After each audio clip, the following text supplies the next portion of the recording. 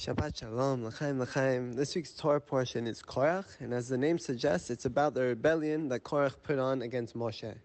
The basic idea of the rebellion was that Korach said, listen, Moshe, you have chosen for yourself to be the leader of the people. You've chosen for your brother Aaron to be the high priest, and you've given him all these gifts and this covet, all this honor. But we were all at Har Sinai. We all heard Hashem speak. We're all a holy nation. So why do you guys elevate yourselves amongst the rest of us? And he got 250 men, he got all the leaders of the Sanhedrin to come and, argue against Moshe and to put on this dispute. And in the end, it brought utter chaos. Much death came to the Jewish people. It was a very, very bad time, but there's so much to learn from it.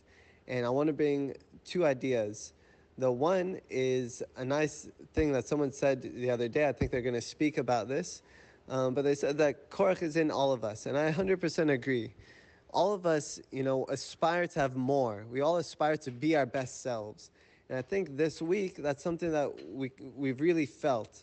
A desire to be better, but it shouldn't come with a bitterness. You shouldn't look at someone else and say, oh, he's doing it. He's, become a leader. He's become, full of kavod. He's really made himself. And me, I'm nothing. That's not how you should do it. You should look at that and you should say, Hashem has given me a series of talents and skills, and these are the things that I can use to be my best self. Because me and him are not the same, but I can be my best self. So I think that's one lesson we can take from this idea of the rebellion, is not to look at others and say, I can never reach that, and so you should try to bring them down to your level. You should aspire to go up. You should aspire to be your best self always. And each week after week, you should look at what you've done bad and what you've done well. You should try to be better the following week. Another idea that I really like is Braude in the Gemara, where they say that the people, the Korach and all of his community, had accused Moshe of adultery. And the sages ask, how is this possible? We all know that Moshe separated himself from the community, whether you call it for holiness or whatever reason.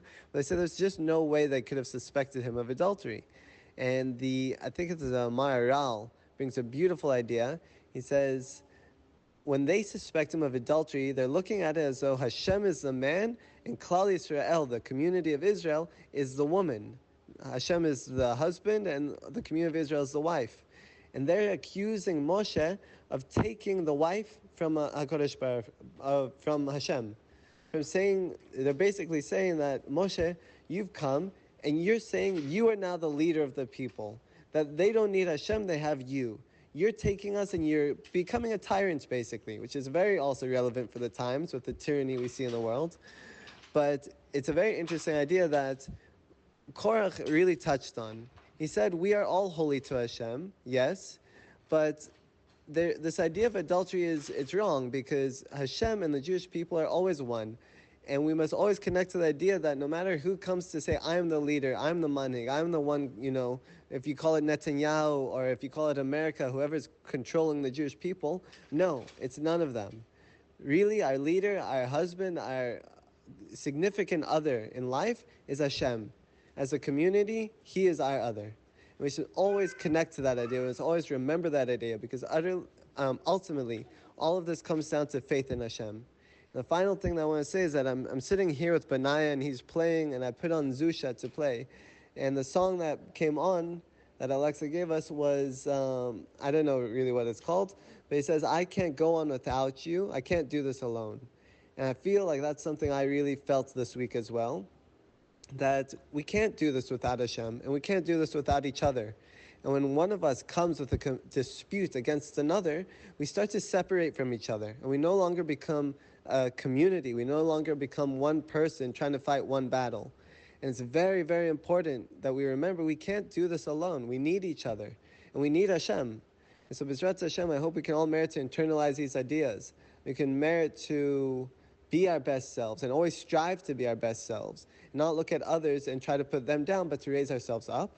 That we can look and remember that we always have to have faith in Hashem. He is our significant other, and we are His kala. We are one nation, and He is our other. And that we cannot do this alone. We need each other, and we need Hashem always. Shabbat Shalom. May we have a very peaceful Shabbos, and may we merit to have a lot of good news.